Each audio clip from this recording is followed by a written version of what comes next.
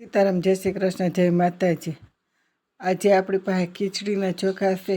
તેમાં આપણે પ્લાસ્ટિકના ચોખા છે તેને અલગ કરીશું. તો આપણી પાસે સાયણો છે, તેનાથી આપણે ચોખાને સારી લેશું. ચોખાને આપણે સારીશું તો પ્લાસ્ટિકના ચોખા છે તો ઉપર આવી જાય છે, એકદમ વ્હાઇટ કલરના દેખાય છે. ને ઓરિજિનલ ચોખા છે પીળાશ ઉપર દેખાય છે.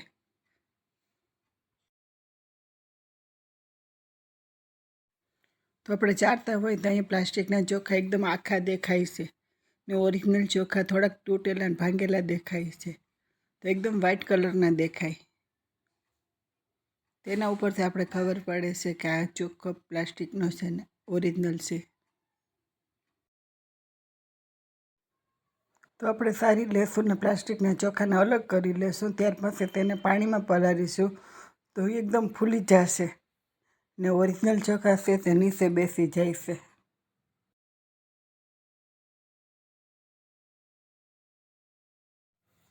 તો આપણે પ્લાસ્ટિકના ચોખાનો આપણે પાવડર બનાવીશું તો પાવડર નહીં બને, પણ ઓરિજિનલ ચોખાને આપણે પથ્થરથી આપણે વાટીશું તો તેનો સરસ મજાનો પાવડર બનશે.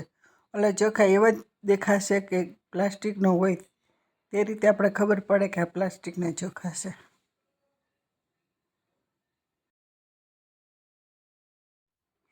તો આપણે ભાત કે ખીચડી બનાવીએ તો આપણે 15 મિનિટ પહેલાં આપણે પલાળી રાખીએ તો આપણે ખબર પડે છે કે પ્લાસ્ટિકના ચોખા છે તે ઉપર બધા આવી જશે ને ફૂલી જશે ને આપણા ઓરિજિનલ ચોખા નીચે બેસી જાય છે. તેના ઉપરથી પણ આપણે ખબર પડી શકે કે આ પ્લાસ્ટિકનો ચોખો છે ને આ ઓરિજિનલ ચોખો છે.